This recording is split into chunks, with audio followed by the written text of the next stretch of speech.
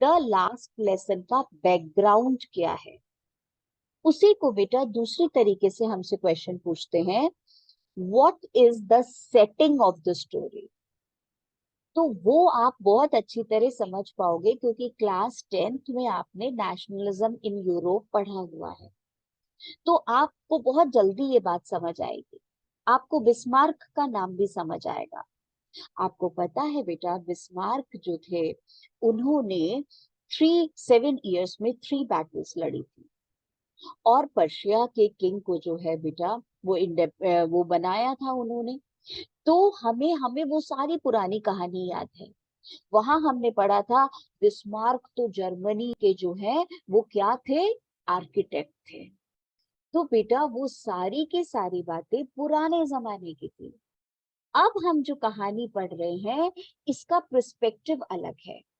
तो हमसे background of the story पूछेंगे तो हम बोलेंगे ये कहानी है 1877 70 और 71 की। कहानी भी नहीं, हिस्टोरिकल फैक्ट है। 1870-71 में बिस्मार्क ने बेटा जो जर्मनी को इंडिपेंडेंट नेशन बनाना था और उसने बेटा उस जमाने में पर्शिया को लीड किया था। तो ये पर्शियन आर्मी ने जो फ्रांस के ऊपर अटैक किया, तो फ्रांस के जो बिल्कुल बॉर्डर पे विलेजेस थे उसके ऊपर उन्होंने कंट्रोल कर लिया। तो फ्रांस के 2 डिस्ट्रिक्ट्स अब पर्शियन आर्मी के कंट्रोल में आ गए हैं। और बेटा जब कोई आर्मी किसी दूसरे कंट्री के एरियाज को अपने कंट्रोल में कर लेती है तो फिर वहां रूल और रेगुलेशंस उस आर्मी के चलते हैं जिन्होंने कंट्रोल किया है। तो फ्रांस के 2 डिस्ट्रिक्ट्स हैं, एल्सिस एंड लॉरेन, जिसके यहाँ पर्शियन आर्मी जो है उसने कंट्रोल कर लिया। पर्शियन आर्मी वहीं रहती है और बेटा पर्शियन आर्मी के सारे जो है वो वहां पे ऑर्डर चलते हैं। तो पर्शियन आर्मी का लीडर कौन, बिस्मार्क। तो बिस्मार्क ने बहुत सारे ऑर्डर्स दिए, एल्सिस डिस्ट्रिक्ट में ये नहीं होगा, ये नहीं होगा, लॉरेन में ये नहीं होगा। और एक ऐसा ऑर्डर पास किया जिसमें बिस्मार्क ने बोला फ्रेंच डिस्ट्रिक्ट्स एल्सिस और लॉरेन में फ्रेंच पढ़ाने वाले टीचर्स नहीं रहेंगे, ना ही स्कूल्स में ये लैंग्वेज सिखाई जाएगी। इन्हें सिर्फ जर्मन सिखाई जाएगी और जर्मन टीचर आएगा और वो कल से पढ़ाना शुरू करे। ये जो ऑर्डर पास हुआ बेटा, ये ऑर्डर की वजह से आज फ्रांस के वो छोटे से डिस्ट्रिक्ट का लास्ट स्कूल में लास्ट लेसन है। तो ये जो लास्ट लेसन है बेटा, ये लास्ट लेसन एल्सिस डिस्ट्रिक्ट के स्कूल में बैठे हुए बच्चों का लास्ट फ्रेंच लेसन है, क्योंकि कल से उन्हें जो पढ़ाया जाएगा वो होगा जर्मन लैंग्वेज। और इतना ही नहीं, और इतना ही नहीं बेटा, ये भी आप समझ लो कि जो फ्रेंच पढ़ाने वाला टीचर है उसे भी वो छोड़ के जाना पड़ेगा, जो डिस्ट्रिक्ट है। इसलिए जो एक हमारी स्टोरी का मेन कैरेक्टर है, जो हमारी कहानी का नरेटर है, उसका व्यू पॉइंट बताया है कि उसे कितना दुख हो रहा है इस लास्ट लेसन। तो ये आपको मैंने समझाया what is the background of the story and be prepared. ये क्वेश्चन आ सकता है, आता है, बैकग्राउंड ऑफ द स्टोरी बताइए क्या है। तो बेटा आप बताएंगे background of the story. Number 2, title justify करो, क्या ये टाइटल सही है। तो आप लिखोगे, सबसे पहली बात लिखोगे, this title is appropriate because the whole story is about the last lesson. How did the last lesson take place? The last French lesson. Number 2, this title is poignant. This title is painful because the French people, they have lost their political freedom. उनकी political freedom तो ले ही ली Persian army ने, and now their identity is also being snatched. उनकी पहचान भी खींच रहे हैं, छीन रहे हैं, क्योंकि हमारी भाषा हमारी पहचान होती है. Our language is our identity. Now उनकी आइडेंटिटी, उनकी फ्रेंच लैंग्वेज, उसको भी बेटा छीना जा रहा है, स्नैच किया जा रहा है. This is very sentimental, very emotional. So this title is very much like beta poignant, painful. Number 3, this title is universal. This lesson is universal because everybody can understand the pain of the French people which is expressed in this title. Last, this title is ironical. ये title ironical है. मतलब ये कि इस title का meaning opposite है. In the last lesson of the school, in the last lesson of the French language, the villagers and the students of France took the first lesson of life. Last lesson में बैठ के वो French बेटा लोगों ने, French students ने जिंदगी के स्कूल में पहला लेसन लिया था. उस दिन लास्ट फ्रेंच लेसन में वो लास्ट लेसन नहीं था, वो फर्स्ट लेसन था in the school of life. Life के स्कूल में वो फर्स्ट लेसन था. उनको समझ आ गया कि कभी भी एजुकेशन को फॉर ग्रांटेड नहीं लेना चाहिए, कभी भी अपने देश की आजादी को फॉर ग्रांटेड नहीं लेना चाहिए. उस दिन उनको समझ आ गया था अपनी भाषा को फॉर ग्रांटेड नहीं लेना चाहिए. तो बेटा फर्स्ट टॉपिक मैंने तुम्हारे साथ डिस्कस किया, what is the background of the story. Number 2 मैंने तुम्हारे साथ डिस्कस किया ये टाइटल कैसा है. नोट्स में सब कुछ मिलेगा, अभी हम नोट्स रीड करेंगे बाद. और बेटा अब मैं तुम्हें पढ़ा रही हूँ कि what is the theme of this chapter. जैसा मैंने बोला, जब हम थीम किसी चैप्टर की पढ़ते हैं तो हम अपने आप को तैयार कर रहे हैं लॉन्ग आंसर्स के लिए. अगर हमें चैप्टर का मेन आइडिया नहीं पता तो हम लॉन्ग आंसर्स नहीं लिख पाते. बेटा लॉन्ग आंसर जो है हमारा वो ये बताता है कि ये चैप्टर हमें इसलिए पढ़ाया जा रहा है कि अल्फोंसो दुआर्ते जो ऑथर है वो ह्यूमन बिहेवियर के ऊपर बेटा कमेंट कर रहा है. ह्यूमन बिहेवियर होता है टू प्रोक्रेस्टिनेट द थिंग्स. चीजों को प्रोक्रेस्टिनेट करना, पोस्टपोन करना, कल कर लेंगे, परसों कर लेंगे. ये ह्यूमन बिहेवियर के ऊपर कमेंट किया है. कल कर लेंगे, अभी तो बहुत टाइम है, और पूरा समय कहाँ निकल जाता है पता नहीं. ये चैप्टर ह्यूमन बिहेवियर पे बेटा फोकस करता है. Human beings are always dominating, they want to dominate on others. वो दूसरों पे डोमिनेट करना चाहते हैं. ये चैप्टर ये बताता है कि हम दूसरे की पॉलिटिकल फ्रीडम भी छीनना चाहते हैं, और हमारा बस चले तो हम उनकी आइडेंटिटी भी छीन लें. तो बेटा first theme of this chapter is human behaviour. First human behaviour is to postpone the things, procrastinate the things, and we are at loss.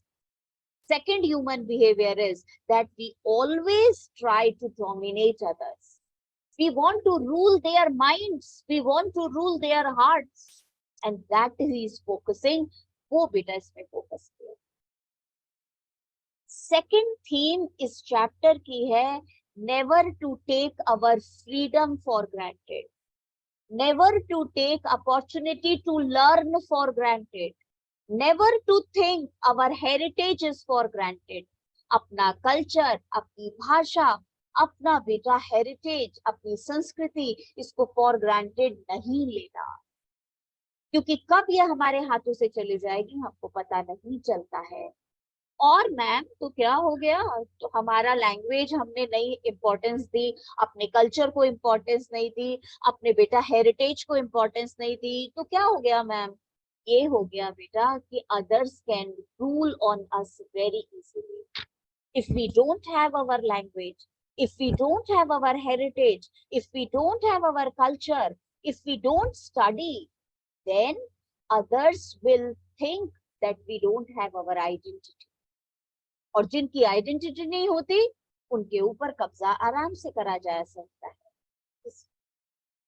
तीसरा थीम वो बेटा इस चैप्टर का की वर्ड है, लिंग्विस्टिक शोविनिज्म। लिंग्विस्टिक शोविनिज्म के चारों तरफ ये चैप्टर बेटा घूम रहा है। शोविनिज्म का मतलब होता है बायस्ड बिहेवियर।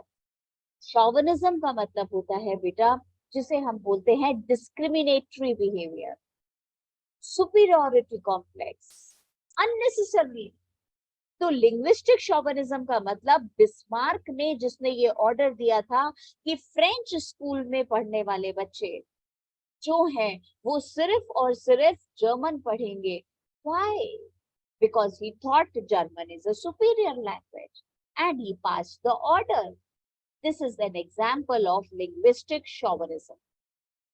And बेटा मैं तुम्हें लिख पाऊंगी भी linguistic chauvinism की definition, और linguistic का मतलब language।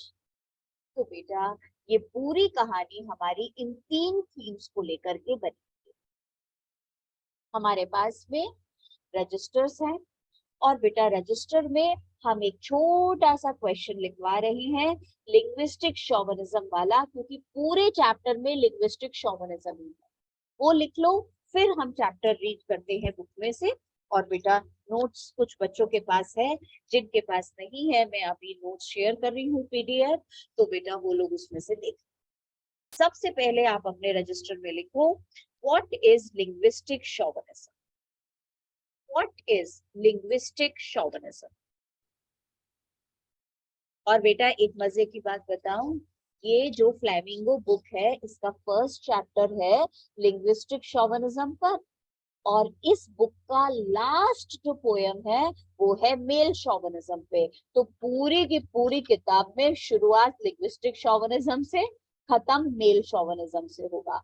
शोविनिज्म का मतलब एक ही हो गया, सुपीरियरिटी कॉम्प्लेक्स। मेल शोविनिज्म का मतलब आप अगर मेल हैं, आप अगर मैन हैं तो आपको सुपीरियरिटी कॉम्प्लेक्स है। लिंग्विस्टिक शोविनिज्म का मतलब आप अपनी लैंग्वेज को सुपीरियर समझ रहे हैं। पूरा का पूरा उसी राइट डाउन बेटा। What is linguistic chauvinism? Right.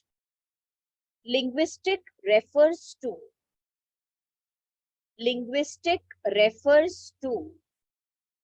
language. Linguistic refers to language. Full stop. Chauvinism means, beta spelling लिखो CHAUVINISM. Chauvinism means superiority complex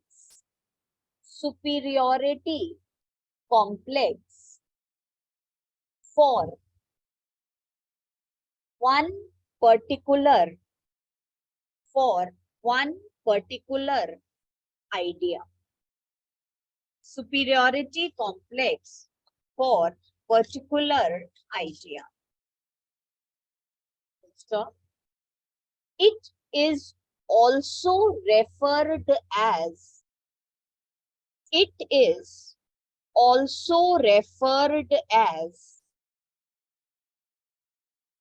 biased behavior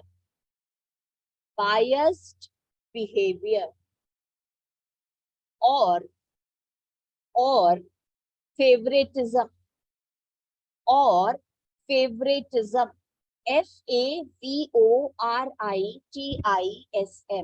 favoritism. Full stop. Next line में लिखो बेटा, बड़ा इंपॉर्टेंट है। In this lesson, In this lesson, the example of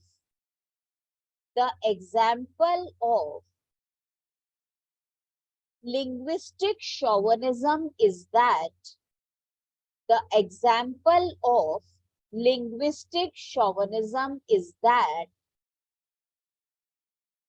comma, Bismarck, Bismarck, Bismarck, comma, the leader of Persian army, the leader of Persian army, Prussan, passed the order that the French districts in his control, the French districts in his control would have a new German teacher,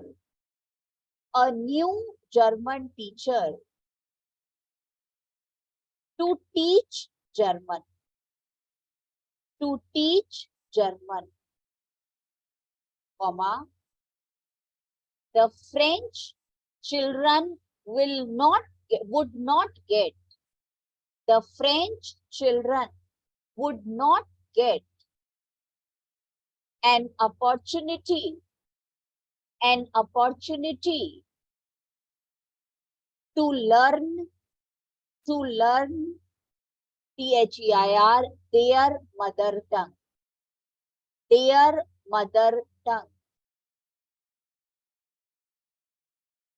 Full stop.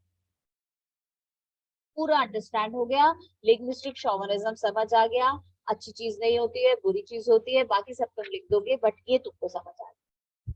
Notes बेटा मैंने PDF share कर दिया offline students के group में भी, तो जरा notes निकालो। जो फर्स्ट पेज है वो पढ़ रहे हैं नोट्स में से, जितना मैंने अभी समझाया वो पूरा का पूरा बेटा डिटेल में नोट्स में से हम पढ़ रहे हैं, फिर बुक में से चैप्टर शुरू करेंगे।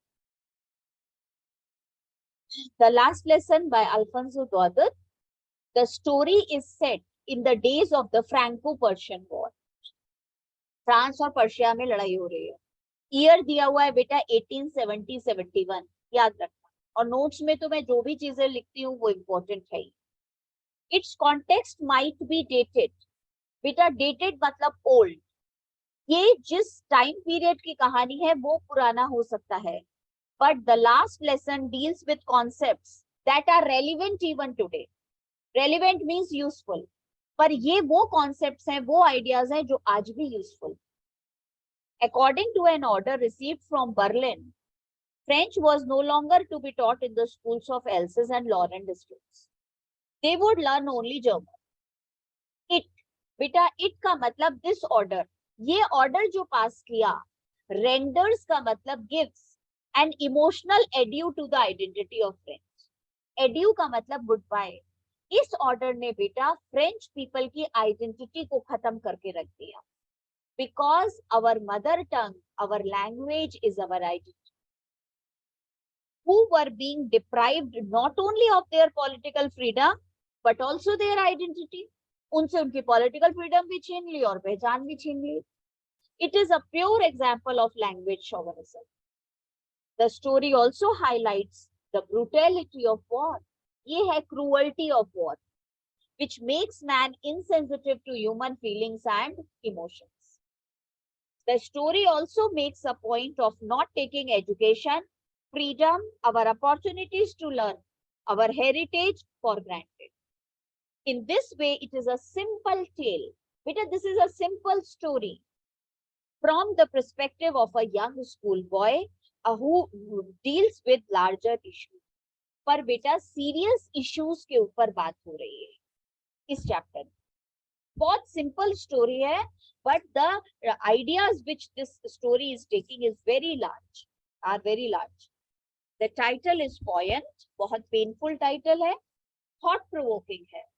प्रोवोक करने का मतलब एनकरेज करना, तो सोचने के लिए मजबूर करने वाला टाइटल है. It is ironical also, as well, because the last lesson in French is in reality the first step towards the realization of the importance of one's mother tongue. और बेटा उन्होंने लाइफ ऑफ स्कूल में, जो school of life है sorry, उसमें first lesson लिया था the importance of the mother tongue. तो बेटा ये हमारा पूरा इंट्रोडक्शन हो गया। अब बुक में से पढ़ रहे हैं, बहुत प्यारी कहानी है।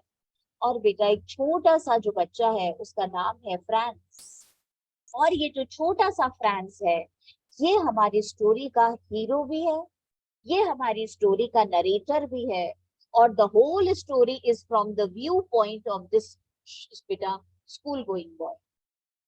जैसे टिपिकल बच्चे होते हैं वैसा बच्चा है। सुबह देर से उठा और बेटा स्कूल के लिए लेट हो रहा है, और खिड़की से बाहर देखता है, बहुत अच्छा नजारा था बेटा। धूप निकल रही है, यूरोपियन कंट्री है ना, तो वहां तो धूप निकलने का मतलब मौसम अच्छा होता है, ठंडा कंट्री होता है इसलिए। तो उसको लगा धूप निकल रही है कितनी बढ़िया वाली। वो देखता है बेटा छोटी छोटी चिड़ियाएं जो हैं वो आहा गाना गा रही हैं, और सोल्जर्स जो हैं वो मार्च पास्ट कर रहे हैं। हाय कितना बढ़िया दिन है, इंजॉय करने वाला। वो कौन स्कूल जाकर के वो एमएमएल का बोरिंग सा लेसन पढ़ेगा। तो उसका मन करता है आज बंक मारो, क्योंकि लेट हो गया है। ओ गॉड, और फिर उसे याद आता है टेस्ट बोला था, एमएमएल टीचर ने बोला था कि आज टेस्ट लूंगा। किस पे टेस्ट लूंगा? पार्टिसिपल्स पे। ओ माय गॉड, और बेटा उसको तो और भी परेशानी हो जाती है, एक शब्द याद नहीं किया, और उसको फिर से मन करता है बंक करूं स्कूल। और बेटा डिटरमिन्ड है, पर उसके बावजूद उसका माइंड जो है वो बेटा एकदम से फिक्स कर लेता है, जो होगा देखा जाएगा, स्कूल तो जाऊंगा। जल्दी जल्दी तैयार हुआ, हाथ में किताबें उठाई और दौड़ पड़ा बेटा स्कूल के लिए। पैदल स्कूल जाना है, छोटे से विलेज की कहानी है एल्सिस की। और बेटा जब वो दौड़ता हुआ स्कूल जा रहा था तो रास्ते में क्या हुआ, दैट वी विल रीड। पहले यहाँ से देखो, बुक में से पढ़ रहे हैं। I started for school very late in the morning and was in great dread. Dread का मतलब होता है बेटा fear of a scolding, और मुझे बहुत डर लग रहा था स्कूल लेट पहुंचूंगा, एमएमएल डांटेंगे। Especially because MML had said that he would question us on participles. Participles पे क्वेश्चन पूछेंगे, and I did not know the first word about them. एक शब्द नहीं आता उसको। तो बेटा पहला स्कूल के लिए लेट हो गया, दूसरा he has not learned anything about the topic participles. For a moment I thought of running away and spending the day out of doors. और बेटा एक मिनट के लिए ख्याल आया that he should bunk the school. It was so warm, so bright. बाहर का मौसम बहुत अच्छा था। It का मतलब the weather. The birds were chirping, singing at the edge of the woods. बेटा यहाँ woods का मतलब है forest. तो forest में जो है वो चिड़िया गाने गा रही हैं। And in the open field back of the sawmill. बेटा sawmill is a particular machine which cuts the wood. The Persian soldiers were drilling. March past कर रहे हैं। अब तो पर्शियन सोल्जर्स इन्हीं के डिस्ट्रिक्ट में रहते हैं बेटा, कैप्चर कर लिया है ना। It was all much more tempting. Tempting मतलब attractive than the rule for participles. Participles से ज्यादा अच्छा है ये। But I had the strength to resist. पर बेटा determined है, इसने resist कर दिया, refuse कर दिया, and hurried off to school, और स्कूल की तरफ भागा। When I passed the town hall, बेटा आज बस इतना सा और पढ़ाऊंगी मैं। When I passed the town hall, अब ये जल्दी जल्दी स्कूल जा रहा है, हाथ में इसके किताबें हैं बेटा। और जब ये जल्दी जल्दी पहुंचा तो वहां पे जो मेन टाउन हॉल है, जिसे आप कह सकते हैं जहां बेटा मीटिंग्स होती हैं गवर्नमेंट की, तो वहां से वो जा रहा था तो उसने देखा बेटा जो मेन नोटिस बोर्ड है पूरे शहर का, उसके सामने बहुत भीड़ लगी हुई है। अब इसने सोचा टाइम तो है नहीं, ऑलरेडी लेट हो गया, तो बेटा इसने सोचा इतनी भीड़ क्यों लग रही है। फिर मन में क्या सोच रहा है, मन में सोच रहा है ये जो नोटिस बोर्ड है बहुत बुरा है, इसके ऊपर सारी बैड न्यूज लिखी होती है। इसी नोटिस बोर्ड पे लिखा था कि वॉर में फ्रांस हार गया। इसी नोटिस बोर्ड पे लिखा हुआ था कि फ्रांस का जो है मैप चेंज हो गया और हमारे डिस्ट्रिक्ट्स जर्मनी के बेटा मैप में ऐड हो गए। आज क्या बुरी खबर लिखी होगी, इससे ज्यादा बुरी खबर और क्या हो सकती है। पता नहीं क्यों इतनी भीड़ लगी हुई है। उसके पास टाइम नहीं था और ना उसने देखा, बस मन मन में सोचा ये नोटिस बोर्ड बहुत बुरा है, और बेटा दौड़ गया स्कूल की तरफ। इतनी देर में पीछे से आवाज आई और एक आदमी ने कहा, अरे बच्चे इतनी जल्दी क्यों जा रहे हो, स्कूल बहुत जल्दी पहुंच जाओगे तुम। इसने मुड़ के देखा तो उनके गांव का जो लोहार था, जो लोही का काम करता है, वो और उसका असिस्टेंट बैठे हुए थे। और उस बंदे का नाम था वॉचर। वॉचर जो लोहार है उसने बोला, बहुत जल्दी पहुंच जाओगे बेटे, बहुत टाइम है अभी स्कूल शुरू होने में। फ्रांस को लगा मैं तो इतना लेट हो गया हूँ, ये मेरे को टोंट कर रहा है, कमेंट पास कर रहा है। उसने बेटा बिना कुछ जवाब दिए तेजी से स्कूल दौड़ गया और स्कूल गया तो उसकी हालत खराब, क्योंकि स्कूल ऐसा साइलेंट था जैसे आज संडे मॉर्निंग हो। और बेटा उसने जो देखा, ये बड़ा इंपॉर्टेंट क्वेश्चन है कि भैया उसको अंदर क्या दिखाई दिया, बाहर क्या दिखाई दिया, उसने घर से क्या प्लानिंग बनाई थी, तो वो हम फिर तसल्ली में पढ़ेंगे, अभी ऐसा जल्दी जल्दी में नहीं पढ़ेंगे। When I passed the town hall, there was a crowd in front of the bulletin board. Bulletin board is that notice board के सामने भीड़ लगी हुई। For the last 2 years, याद रखना है एमसीक्यू का क्वेश्चन है, पिछले 2 सालों से all our bad news had come from there.